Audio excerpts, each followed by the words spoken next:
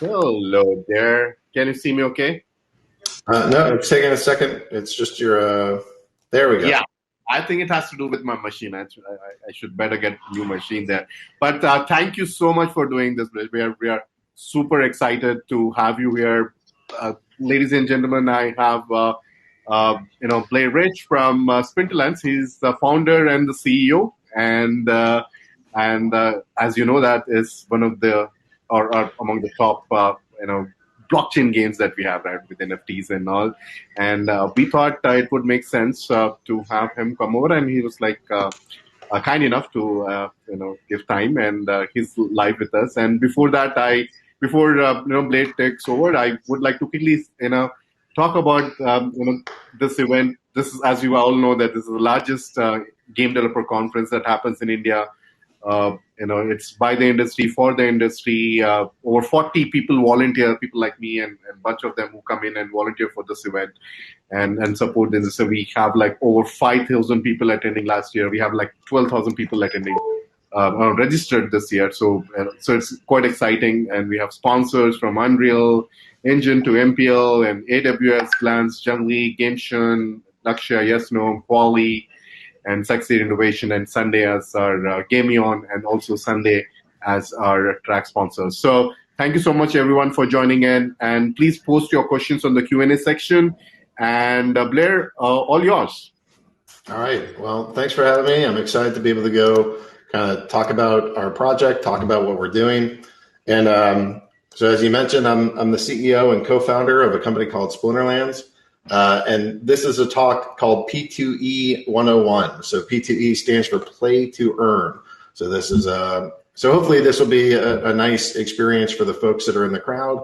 I'm assuming that there's a mix of folks that are coming from the traditional gaming, free-to-play gaming, some people that are going to be new to blockchain, other people that are old to blockchain. It's a weird mix of folks. So I want to do like a little bit of 101 and then kind of talk through how we build our games and what it is that we're doing. So some of the things that you might want to know about us before you listen to me is that this is from DappRadar. DappRadar is like the world's best tracking site for decentralized applications and in terms of the amount of volume, traffic, people, and whatever. So you can see that Splinterlands here is sitting as the number 2 DApp in the world. And it's generally measured by how many active accounts are playing. And you can see that at least when I took this screenshot, we're at right around 400,000 accounts playing. We've been able to go reach as high as 500,000 accounts playing. So that's a little bit of credibility that I wanted to pop in here first. And then along with that, just to kind of give you a sense of how much activity we really have. So daily transactions. So we've been exploding since June, and you can see the number of daily transactions that we do on chain. This here is something like 5 million, and that's how many transactions per day. And just for reference, all of Ethereum, like every single project on Ethereum combined, does 1.2 million transactions per day on chain, and we're sitting up here at north of 4 million. Most days now. In terms of battles that we play, just not that long ago, we were down here at 1 or 2 million, and now we're playing somewhere between 8 and 11 million battles per day. It looks like we're kind of hovering around 9 million or so for the last little bit. And then in terms of our daily active players or the daily active accounts that are engaged in our game, you can see that not that long ago, like back in June, this number was like underneath 10,000. And we've just been exploding, and we've capped up at one of the highest peaks here at somewhere around 500,000 daily accounts. And it's kind of seasonal, so who knows? But with each season, there's an ebb and a flow, and you can see some growth along the time. And so just wanted to give you a little credibility of like where we're coming from and why I'm the guy giving this talk in terms of what we built, what we've accomplished, and why you should start have any reason to pay attention to me. So the basic question that I want to answer first, because in a lot of like play to earn games, you have to know what these things are that you're going to be doing. And we're going to talk about non-fungible tokens, or NFTs. So there's kind of 2 classes. You have fungible tokens and you have non-fungible tokens. And one thing that's funny about this is that If I were to go give you a card, you would be like, "Oh, thanks, dude. Which card?" And I could tell you, "Oh, I'm going to give you a Kobold Miner," and you would then have to say which one, because we have two different. There's an alpha version and a beta version, and then this one is level 1, and this one is level 10, and you can tell that the stats are different based off of what level they are. And so, when you're tracking these tokens, they're not all the same. And so, like one way that I think about this is the difference between houses and gasoline. So you have gasoline, or maybe you have kerosene that's in your car, and you drive up to a gas station, and you have to pay a little bit of attention so that you're not putting the wrong octane in your car, because otherwise you're spending too much money. But generally speaking, you can pull up to an Exxon, you can pull up to a Marathon, you can pull up to any gas station in the world, and if they have the right octane, you put that in, and you can fill up your car, and you don't really care, because gasoline is gasoline is gasoline. It's all what we call fungible. That there's not really a difference between gasoline from one place to the other. The manufacturers don't tell you, "Oh, you only can fill up using this brand of gasoline," because they're all basically the same. And that's not true of houses. If I say, "Hey, I'm giving you 5 gallons of gas," you don't ask me like, "Well, which gas or which gallons?" It's all the same. But if I tell you I'm going to give you a house, you'd be like, "Wow, that's really generous. Where is it?" And if I tell you that it's like on the beach in San Francisco or something, you're gonna be like, "Wow, that's amazing." And maybe I could tell you it's a dirt hovel in like the middle of Siberia, and you'd be like, "Wow, that's less amazing, but still, thank you." So like the gas is a fungible commodity, whereas your houses are not, and our cards are going to look more like houses in terms of like all of them being distinct than they will be like cars. And so what's really happening, and this is like the simplest example that I can really come up with, is that when we're talking about fungible tokens, eventually you have to go build the database. And so in the fungible token world, we're really just tracking two things. Here's my friend token, and Jimmy has 800, Mary has 220, and Bob has 350. And all that you really need to know is what token, what person, and then how many do they have. And there's no distinguishing characteristics between one friend token or the other. So I don't really need to track anything else, because they're fungible and I don't care. It's like if I send you a Bitcoin, you don't ask me which Bitcoin, because all Bitcoins are fungible, and, you're not really tracking them individually. Now, if we're doing non-fungible tokens, now we have to track a lot more data in the database. What color is this non-fungible thing? Well, it's black. And so this is like a set of rocks. And so rock 1 is black. It has 4 white spots, 7 green specks. We didn't put sunglasses on it, but it is sitting in like a little feather bed, like a nest. And the owner happens to be Jimmy. And so in that data table, you have to track a lot more information. It's not just, well, how many rocks does Jimmy have? Because now we're tracking each rock differently. And people do this kind of stuff in video games already. They're already doing this with like inventory. You have gauntlets. Great. Which gauntlet do you have? Well, they're the ones that are +1. Okay, what color are they? Can a mage wear them, or only a paladin? Like this kind of inventory stuff. This is like inventory in a game. And so hopefully that just kind of gives you a quick summary of, when you're building data tables, what's the difference between fungible tokens and non-fungible tokens. So in our case, one of the things that we can do with this, and I'm sharing this because it kind of outlines like the entire economy of our play to earn game. It kind of rests on this one concept of, when players are battling in our game, their goal is to make as much money as possible with as little resource usage as possible. And that's kind of the spirit of the game. The game, you're actually, playing and battling with cards, but the underlying ethos of a lot of our players is, how do I make the most money while spending as little time and capital to do it? And so in the game, what we did is we made it so that when you combine cards, they'll level up. And when they level up, the melee attack goes up, the speed goes up, the armor and health of this one stays the same, but they get all these new abilities. And we made it so that when you double your rank in the game, you octuple your rewards. And so you have this gigantic incentive to level up the cards, combine them, fight with them. And, things like this aren't really possible with like physical cards because you're not going to like run around and staple 505 cards together. But we're in this digital world, there's a lot that we can play with. And this goes back to like, if I give you an exploding dwarf, you're going to ask me, well, which one? And I'll say a level 5. And then you'll say, well, is it gold foil or regular foil? And maybe you'll ask other questions like, which edition is it from? Or what's the ID that goes with that? Who owned it last? And all of that is part of what makes these things kind of non-fungible. Okay, so then before we kind of get into like, what is play to earn, most of you guys are familiar with free to play, and those things can oftentimes have parts of pay to win in them. And to me, I'm not a big fan of that. When I look at that, I just keep thinking that the goal of those games is to extract as much wealth from your player base as you possibly can. And that doesn't sit well with me. Like you're measuring the success of these things by how much time they're spending and how much money they spend, and you're not really asking like, how do we get values back? How do we make sure that the players in our community are doing well? How do we make sure that they're seeing value?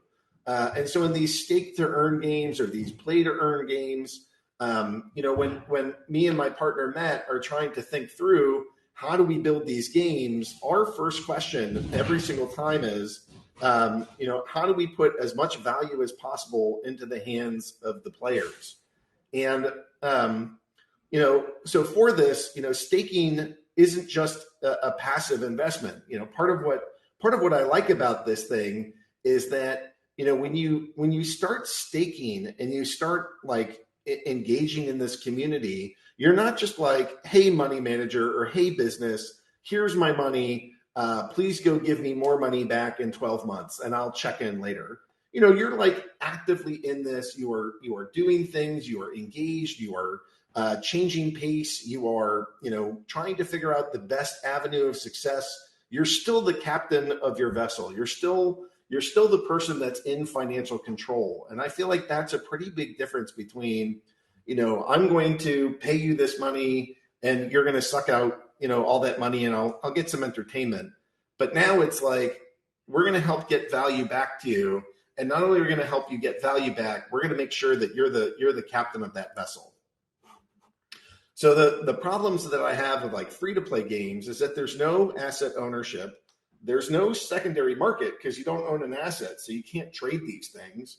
They're all completely centralized, so the game can shut down whenever. So all that money that you put in and all that stuff that you wanted to own and that you care about, well, it doesn't matter because if they're centralized and they shut down, it's gone.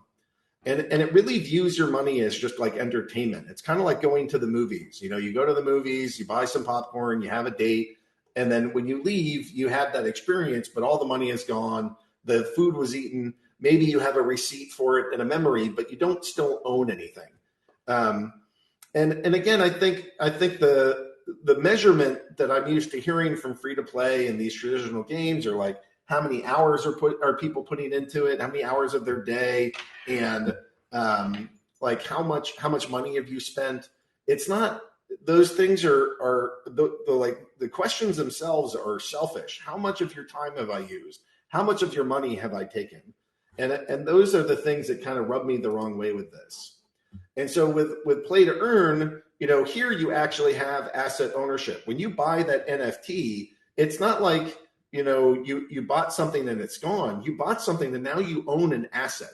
And there's a secondary market for that asset. So sometimes people will rage quit on us and they'll say, I'm sick and tired of your games, or I don't like Aggro and Aggie or Matt, or I'm frustrated, I'm leaving. And they sell all their assets and they leave, and they can because there's this highly functional secondary market. So we look at that as actually in some ways a giant success. Now, we don't measure this in terms of how much money have we taken from the players. We are trying to measure our success based off of how many fungible tokens do the players own? How many how many NFTs do they own, and how are those things performing? How have we gotten enough cards to them? Are they being substantially rewarded for the time that they spend with us? Now, because we're doing all those rewards, there's this entire thing about rentals that if you can play this game and earn money, well, you don't actually even have to be the one that's playing it. Somebody else can play for you, and you can have your capital like as assets in this game, and you can be choosing who you're renting them to, how you want to rent them to those players.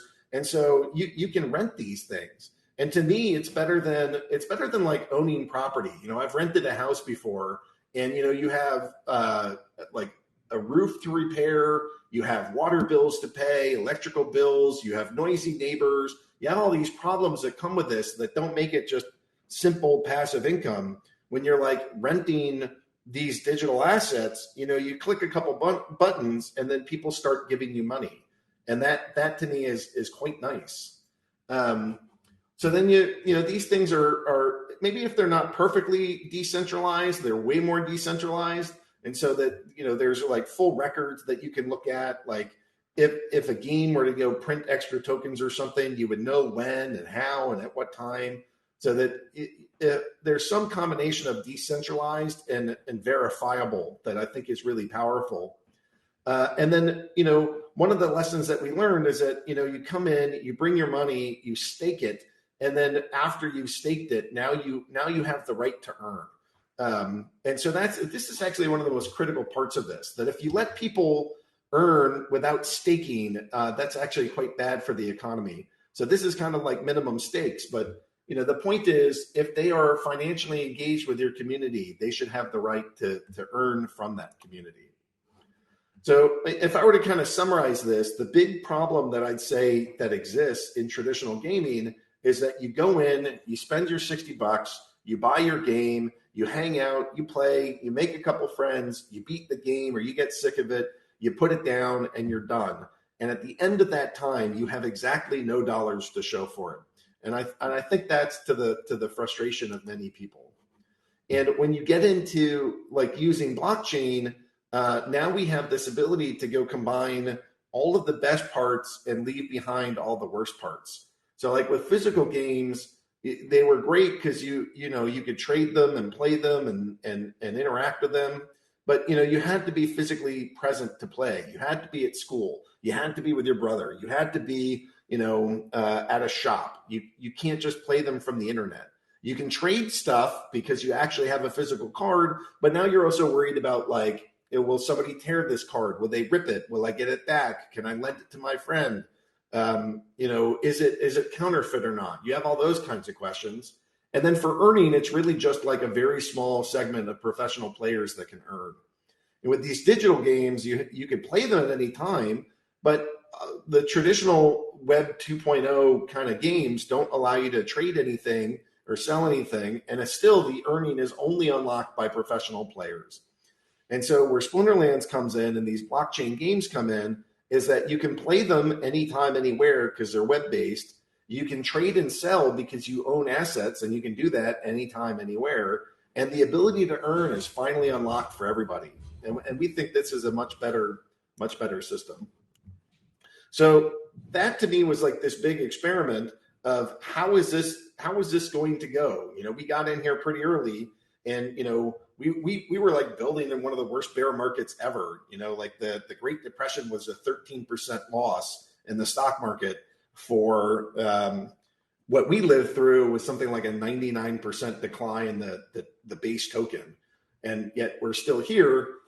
And it's been this kind of like long slog. So you have months and months and months of building, and then finally the damn thing takes off. And I hope that people will look at this and, there's some level of, well, are we grinding it out and are we growing or have we really lost attention or whatever? And I just hope that, as you're building your games, as you're thinking through it, there can be this like long, not drought, but you're building and you're growing, and you can see that there's this kind of like barely going up rate. But at some point, if you are fortunate and you've done things right, you can really get people to start clicking.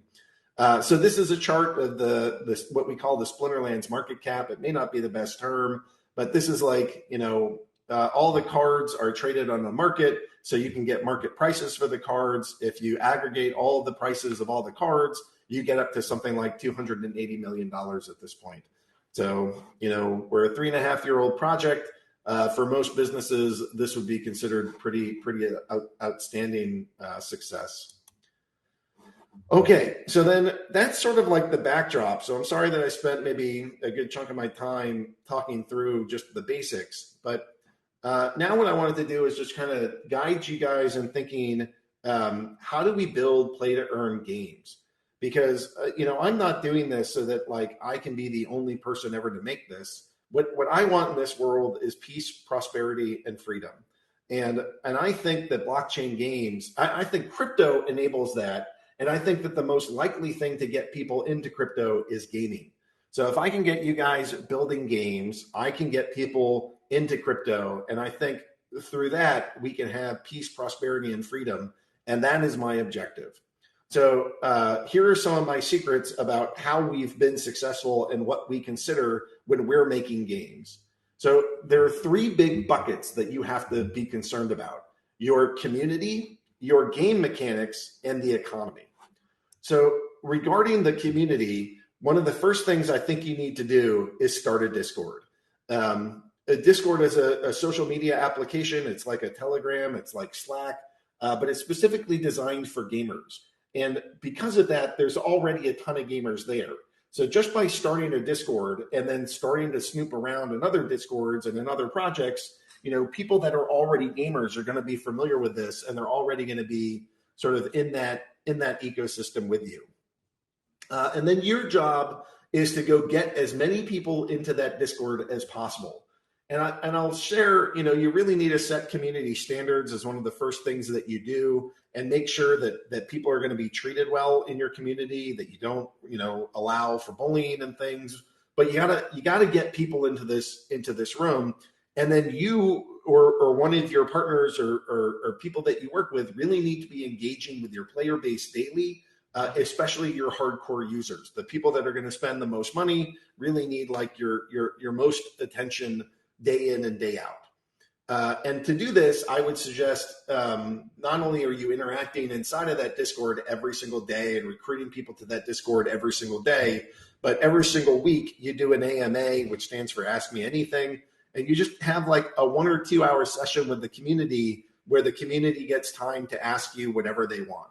And if you do that, what I found for the first year, we didn't do this, and I was getting questions like 24/7, just spamming me all the freaking time. And it was really hard to go deal with. And then when we just gave like a set time, this is when we're going to do this, it made it a lot easier to go manage, player expectations of when I would communicate and when I'd interact and when I'd answer questions. All right. So then as part of these buckets, the game, this is about game mechanics. So just very simply, these games have to be fun. And I can't really tell you how to build a fun game. Like you guys will know fun or not when people are interacting and you can see their reactions and what they're doing. It's possible for unfun games to be hits, but I think that they're going to struggle over time. And so just some of the things that I think you need to keep in mind when you're building the game part of this, it has to have a lot of variety. It has to be replayable. And I think the biggest thing is that it really needs to lead to social connections. Like if all that these guys wanted was money, they'd be like aping into other DeFi projects. And if all that they wanted was the world's best game, they would be, going to AAA game studios. And what the folks are that are playing these games, they want this mix of, community. They want a fun game. They want to be able to earn, and they want to feel socially connected with people that are of that same mindset. So the more that you can build this game that's fun and replayable and help them connect to other people while earning, that's how I think that you'll find the most success. And then lastly, when we're talking about the economy, you need to reward the players. And so you're going to have a fungible token and you're going to have some non-fungible tokens. And there's got to be some competition for who gets them. So when the players are competing, that's when they are earning your tokens. And again, I don't mean to belabor the point, but when you are doing this, if I had to tell you one rule about your economy that's more important than any others, is don't give out any rewards for free. The players have to stake into your game to be able to pull out rewards. Maybe there's some things that are like side collectibles that you can give away for free, but if it has any utility in the game, nobody should get that unless they have purchased something within your game. Players have to have stake. Don't just give them tokens with utility for free. That would be my number one suggestion. And then finally, you got to go keep the rewards scarce. And then you have to protect it, because all this community that you build, they're all going to want stuff in your game because it has value. So they're all going to tell you, give me more, give me more. I'm spending this money, give me more. If you give me more, the world will be a better place. And you have to be like, no, these are the rules. This is how it works. You hold the line, because the easier that you make it to get those rewards, the less valuable they will become. So, make your economy, stick with your rules. Don't give away prizes for free, and make sure that your players are competing for those assets. And I think you can build a nice economy out of that. Okay, so then next up we have people are the value and help other people make money. So when I try to think through how do I want to build these games, these are my two central tenets. These are my two central cores. If I treat people, not their money, but if I treat people like they are the value, that will help us grow. And if I help other people make money, then they will want to be here and people will come here. So my mindset is, how do I get as much value to the players as possible? And I put that over, how do I make as much money from them as possible? So like along this way, you're going to want to do things that form partnerships, because what you want to do is you want to try to get other groups that have been successful at aggregating people to come join and participate in your ecosystem. So we have a governance token. That governance token is SPS. Baby Swap is a project on Binance Smart Chain. It is a market making and trading service, and they've aggregated. I guess their Twitter account has like 160,000 users, and a lot of those users like these kind of financial transactions. This is a place where if we can interact with Baby Swap, then some of the users that they have already got together will want to play our game, because they'll get exposed to our token and they'll say, oh, that's neat. What is this game? What is this token for? And they will, engage us and participate with us. And, once you set something like this up, it usually doesn't cost you ongoing money. In fact, it often is a way for you to make money. But what we look for is less of, we have to spend lots of money on advertisements to get people in. And instead we say we have to build lots of partnerships with other projects to see if we can't share user bases. And by doing that, both of our projects can grow. Another way that we have tried to treat people like they are the value is we've been doing prizes. And one of the ways that we do that is tournaments. So you can see this was after like a year or two of slogging this stuff out. We were always, showing the rewards, showing people how they're making money, showing how they can be engaged in this project, and trying to funnel wealth to them. And then as our project has grown, this was taken like a day or two ago. We're now up just through tournaments. We've awarded $2.2 million. And over the next 2 weeks, we're giving away $300,000.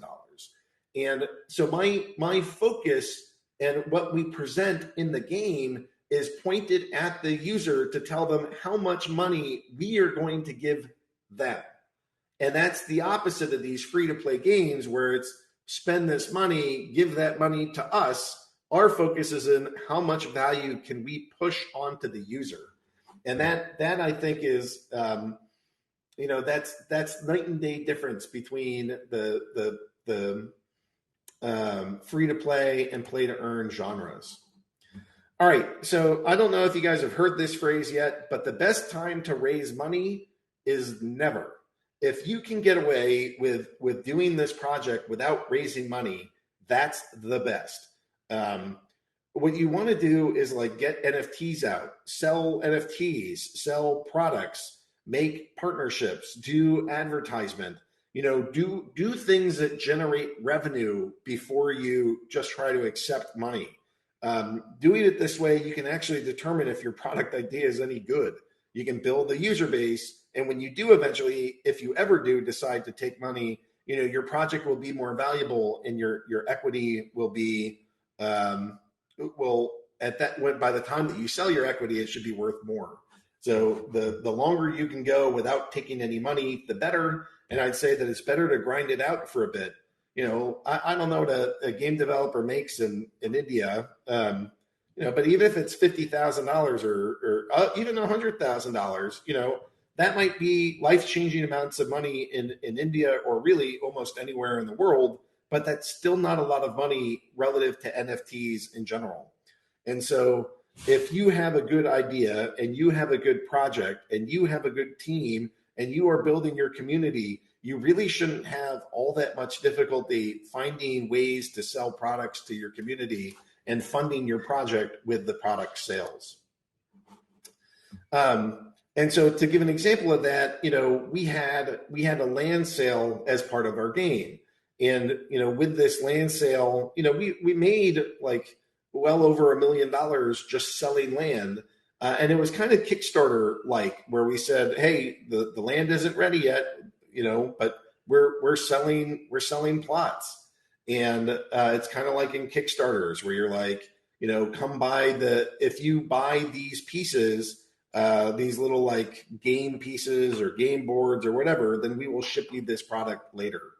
And so, your products can help you sell your products. You don't necessarily have to go sell all your equity in order to go get started. Now, if you don't know who these two people are, this is an early picture of Steve Jobs and Steve Wozniak. They're the founders or the two heads of Apple. And I've looked at these guys and really thought this is what it takes to build good projects. If you try to do this all on your own, you are not likely to succeed. These endeavors are so time consuming, so time intensive, so demanding that you can't as one person possibly get through it. And the first division that I think that you need is the guy to handle the carbon-based life forms and the guy to handle your silica chips. Somebody to deal with all the people, somebody to deal with the software and the computers. So any good team, I think, is going to start with somebody that can help you organize community and somebody that can help you develop the project. Now, specifically, and this is a little heretical, so please don't burn me to the ground. But one of the things that I want to share is that I think gas fees kill games. So if you want to go build your game and you want to have it be successful, I would strongly encourage you to find platforms that don't have gas fees. Initially, they're all going to tell you, hey, these gas fees are super, super cheap and don't worry about it. You and your game will be fine if you just build it here. And then 2 years later, when enough people do it, they'll tell you, oh, I'm sorry, the gas fees have gone up quite a bit. This was an unexpected consequence. We didn't even know this would happen. We're very sorry, but please keep operating your game here. And, there are higher value things in the world like DeFi transactions that will ultimately be able to push more money through them in those transactions than you can with some of your NFTs or your cards. And so it's, unless you're like in the top 1% of projects, it's unlikely that you and your project will be able to sustain operating on a blockchain in a even if you start when it's small and you get to something super successful, it will be hard for you to build a long-term project when you are constantly facing gas fees. Gas fees are going to make it hard for new users to sign up. In the States, you're going to have to go to Coinbase. You're going to go give them your bank account info. You're going to transfer in money. You're going to buy Ethereum. Then you're going to go download MetaMask, and from MetaMask, you can finally do your first action, which will likely cost you $50 to $100 in gas. And that, my friends, is a bad first user experience. So I would encourage you to kind of stay away from that. So here are the things that I hope kind of wrap all of this stuff together. Your goal should be to provide rewards, to grow your community, to build a game that has tons of replayability in it.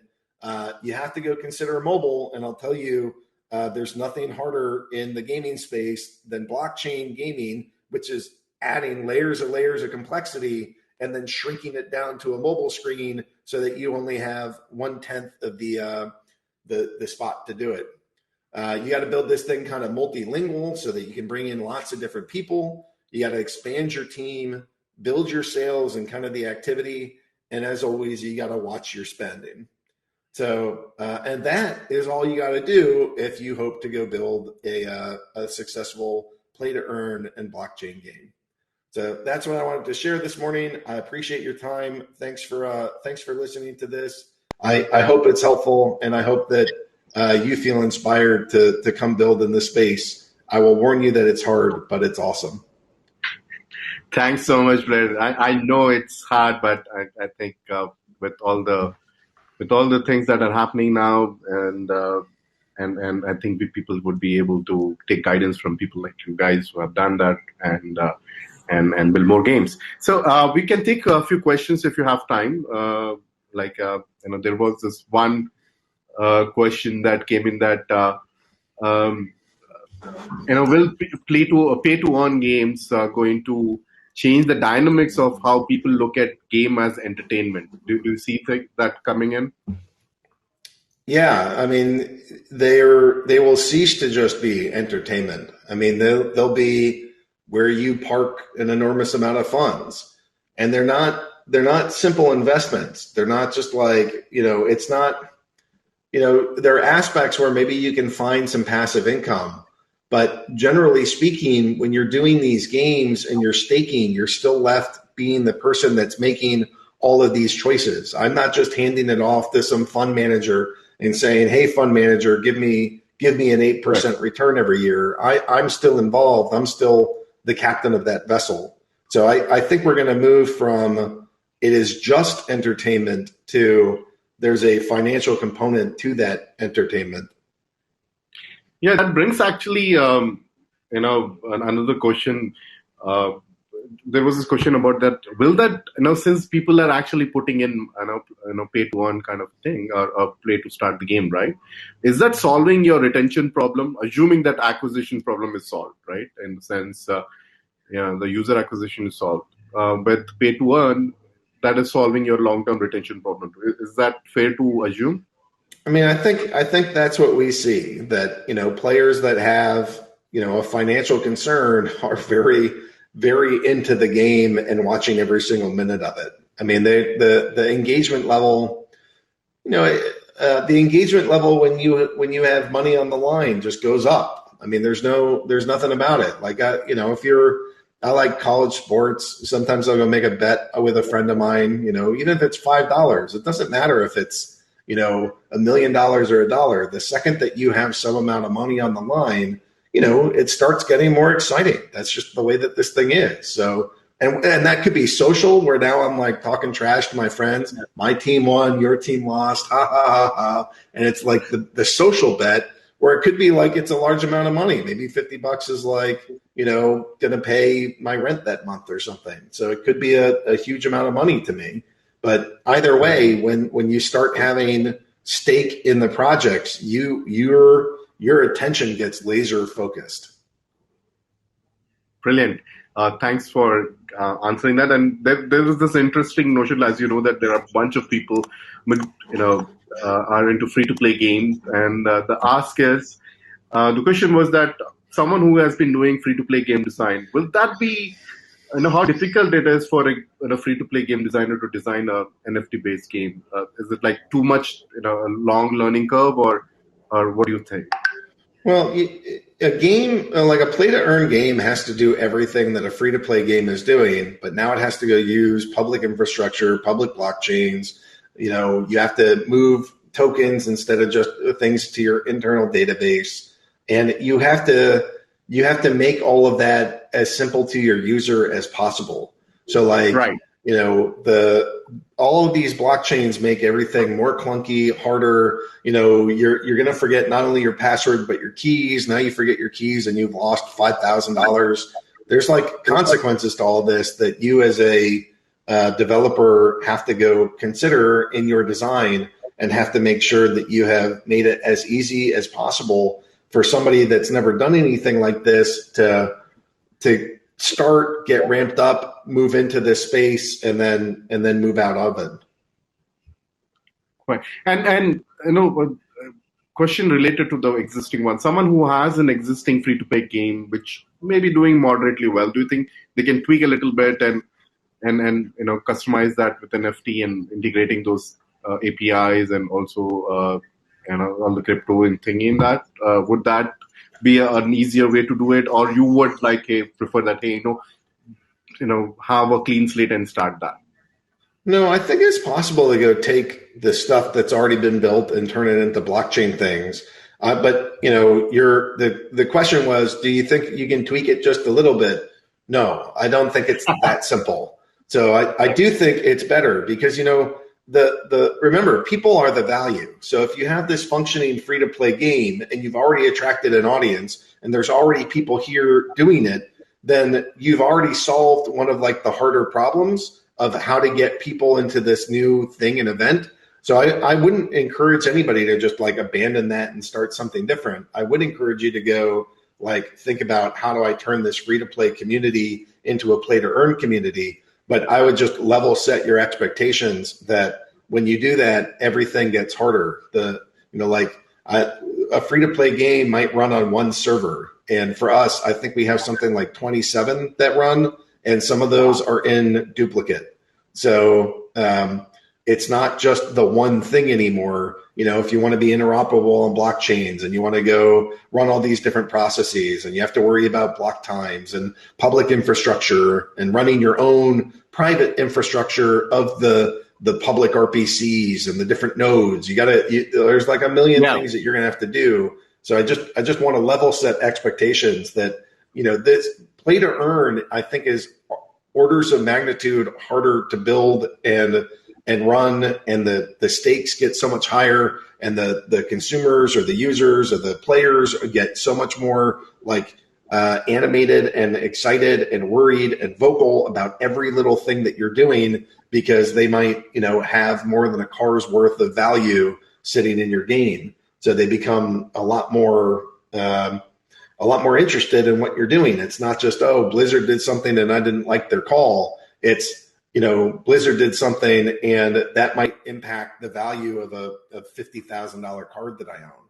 So, these are just everything ramps up by a couple orders of magnitude when you're doing play to earn instead of free to play. And I think the value and the return and the reasons to do it, the social reasons, the moral reasons of giving back rather than extracting wealth, like that to me is worth, its weight in gold, but it's hard and it takes a lot of time to do.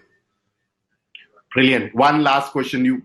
Will we be seeing more and more unicorns coming out with the blockchain NFT gaming pretty soon this year, or maybe next year on? Well, yes and no. I mean, I think the most likely thing that happens in blockchain is that you raise a lot of money and produce exactly nothing. And that's because this space is hard. It is mind-bogglingly difficult to build good games that operate around the clock when there's so many different servers and aspects to run. To have an economy where you have plugged every single hole and every single leak. I've watched games that rise and then fall within months because there were small tweaks in their economy that they didn't make or they didn't protect. There's all these little things that can sink a project, and then they can sink it before it even gets off the ground. If you raise a little bit of money through a product sale and raise money again before you deliver any product, you can get huge backlash for that. What the hell are you doing building all this stuff? You're selling all this stuff. You didn't even make anything yet. And you could lose your audience overnight. Just there's a lot of ways that things fail in this space. It's really hard. And I don't want to undersell that. It's a challenging space to go build in this, but the rewards are most definitely there. These companies you'll keep seeing get these unicorn billion-dollar valuations because if through hard work, constant iteration and tweaking, you were able to come up with that magic solution that allows you to build the game that gets a lot of traction, then and you are the one that starts minting millionaires in your game, and people are excited and trading and renting and doing all of this stuff and participating in that economy. Then yeah, I mean this world will pay you handsomely for it. But just it's not going to be an easy ride is all that I'm trying to share. Brilliant. This is gold. Thanks so much, Blair. A lot of information and there is a lot of excitement about NFT space and blockchain games in this part of the world. Some of them are actually doing it. Some of them are starting up, and someone like you coming in and helping us, giving your wisdom, and thanks so much. And audience, thank you so much for your questions. Really appreciate it. And keep playing Splinterlands is what I can say. And we'll go backstage there in the player. Yeah. So my request to users, if you've enjoyed this, if you feel like you're getting some value, come check us out at discord.splinterlands.com and come play our game at splinterlands.com. And you can find us on Twitter at Splinterlands or Telegram at Splinterlands HQ. And come check us out. I'm aggroed in there. You can see it in the lower left-hand corner, how to spell that. And, come message me and tell me that you saw this talk, and, let's see how if I can be a help to you as you think through what you want to build. Brilliant. Thanks so much, Blair. We'll go backstage. Sounds good. Thanks, guys. Bye.